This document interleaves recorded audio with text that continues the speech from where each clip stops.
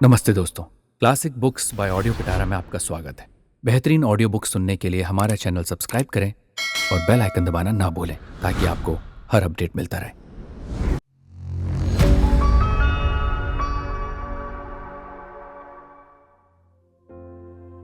कहानी पंचायत, जयशंकर प्रसाद।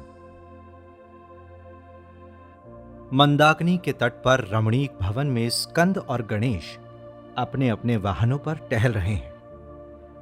नारद भगवान ने अपनी वीणा को कलह राग में बजाते बजाते उस कानन को पवित्र किया।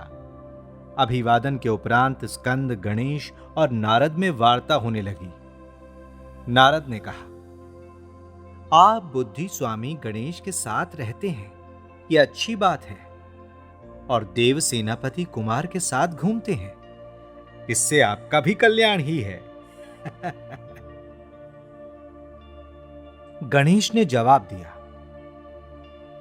क्या आप मुझे स्थूल समझकर ऐसा कह रहे हैं? आप नहीं जानते, हमने इसीलिए मूषक वाहन रखा है, जिसमें देव समाज में वाहन ना होने की निंदा कोई ना करे, और नहीं तो बेचारा मूस चलेगा कितना। मैं तो चल फिरकर काम चला लेता हूं। देखिए, जब जननी ने द्वारपाल का कार्य मुझे सौंप रखा था, तब मैंने कितना पराक्रम दिखाया था। प्रथम गणों में अपनी पद मर्यादा हमारे सोंटे की चोट से भूल जाना पड़ा। बस बस रहने दो। यदि हम तुम्हें अपने साथ न टहलाते तो भारत के आलसियों की तरह तुम भी हो जाते। नारद जी, देखते हैं ना आप, लड़ाके लोगों से बुद्धि उतनी ही समीप रहती है जितनी कि हिमालय से दक्षिणी समुद्र। और यह भी सुना है, ढोल के भीतर पोल। अच्छा, तो नारद ही इस बात का निर्णय करेंगे कि कौन बड़ा है। भाई, मैं तो नहीं निर्णय करूंगा, पर आप लोगों के लिए एक पंचायत करवा दूंगा, जिसमें आप ही निर्णय हो जाएगा। इतना कहकर नारद जी चलते बने। वट वृक्ष तल सुखासीन शंकर के सामने नारद हाथ जोड़कर खड़े हैं। दयानिधि शंकर ने हंसकर पूछा, क्यों वत्स नारद, आज अपना कुछ नित्य कार्य किया या नहीं? नारद ने विनीत होकर कहा, नाथ, वो कौन कार्य है? जननी ने हंसकर कहा, वही कलह कार्य। माता, आप भी ऐसा कहेंगी तो नारद हो चुके। ये तो लोग समझते ही नहीं कि ये महामाया की ही माया है। बस हमारा नाम कलह प्रिय रख दिया है। महामाया सुनकर हंसने लगी। शंकर ने भी हंसकर कहा, कहो, आज का क्या समाचार है? और क्या, अभी तो आप यूं ही मुझे कलहकारी समझे हुए बैठे हैं। मैं कुछ कहूंगा तो कहेंगे कि बस तुम ही ने सब किया है। मैं जाता तो हूं झगड़ा छुड़ाने, पर लोग मुझी को कहते हैं। अरे नहीं नहीं, तुम निर्भय होकर कहो। आज कुमार से और गणेश जी से डंडेबाजी हो चुकी थी। मैंने कहा, आप लोग ठहर जाइए, मैं पंचायत करके आप लोगों का कलह दूर कर दूंगा। इस पर वो लोग मान गए हैं।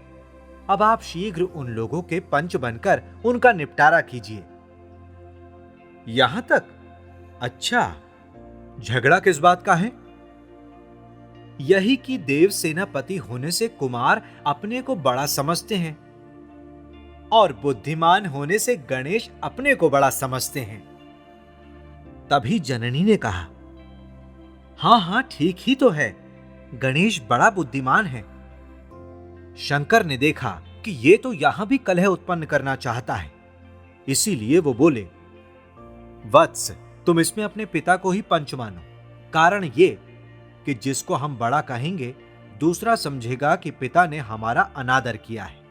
अस्तु, तुम शीघ्र ही इसका आयोजन करके दोनों को शांत करो।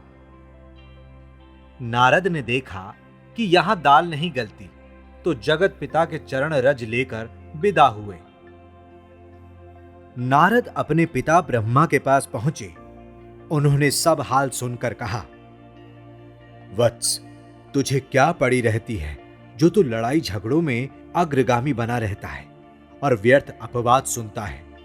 पिता, आप तो केवल संसार को बनाना जानते हैं, ये नहीं जानते कि संसार में कार्य किस प्रकार से चलता है। यदि 2-4 को लड़ाओ ना और उनका निपटारा ना करो तो फिर कौन पूछता है। देखिए, इसी से देव समाज में नारद हो रहा है। और किसी भी अपने पुत्र की आपने देव समाज में इतनी चर्चा सुनी है? तो क्या तुझे प्रसिद्धि का यही मार्ग मिला है? मुझे तो इसमें सुख मिलता है। येन केन प्रकारेण प्रसिद्धः पुरुषो भवेत्। अब तो शंकर की आज्ञा हुई है, जैसे तैसे इसको करना ही होगा। किंतु हम देखते हैं कि गणेश जी जननी को प्रिय है, अतएव यदि उनकी कुछ भी नीचाई होगी तो जननी दूसरी बात समझेंगी। अब कोई ऐसा उपाय करना होगा कि जिसमें बुद्धि से जो जीते वही विजयी हो। अच्छा, अब सबको शंकर के समीप इकट्ठा करो। नारद ये सुनकर प्रणाम करके चले। विशाल वटवृक्ष तले सब देवताओं से सुशोभित शंकर विराजमान है। पंचायत जम रही है। ब्रह्मा जी कुछ सोचकर बोले, गणेश जी और कुमार में इस बात का झगड़ा हुआ है कि कौन बड़ा है। अस्तु हम ये कहते हैं कि जो इन लोगों में से समग्र विश्व की परिक्रमा करके पहले आवेगा वही बड़ा होगा। स्कंद ने सोचा, चलो अच्छी भई, गणेश स्वयं तुंदिल है, मूषक वाहन पर कहां तक दौड़ेंगे और मोर पर मैं शीघ्र ही पृथ्वी की परिक्रमा कर आऊंगा। फिर वो मोर पर सवार होकर दौड़े। गणेश ने सोचा कि भव और भवानी ही तो पिता माता हैं, अब उनसे बढ़कर कौन विश्व होगा। अस्तु ये विचार कर शीघ्र ही जग जनक जननी की परिक्रमा करके बैठ गए। जब कुमार जल्दी जल्दी घूमकर आए तो देखा तुंदिल जी अपने स्थान पर बैठे हैं। ब्रह्मा ने कहा, देखो, गणेश जी आपके पहले घूमकर आ गए। स्कंद ने क्रोधित होकर कहा, सो कैसे? मैंने तो पथ में इन्हें कहीं नहीं देखा। ब्रह्मा ने कहा, क्या मार्ग में मूषक का पदचिन्ह आपको कहीं नहीं दिखाई पड़ा था? स्कंद ने कहा, हां, पदचिन्ह तो देखा था। ब्रह्मा ने कहा, उन्होंने विश्वरूप जगजनक जननी ही की परिक्रमा कर ली है, सो भी तुम्हारे पहले ही। स्कंद लज्जित होकर चुप हो गए।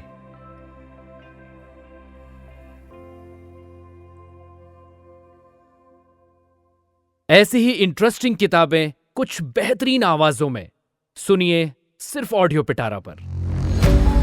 ऑडियो पिटारा सुनना जरूरी है। दोस्तों, आपको ये कहानी कैसी लगी हमें जरूर बताइएगा। लाइक और कमेंट कीजिए और अपने दोस्तों के साथ ये कहानी जरूर शेयर कीजिए। Thank you so much. Audio पिटारा सुनना जरूरी है।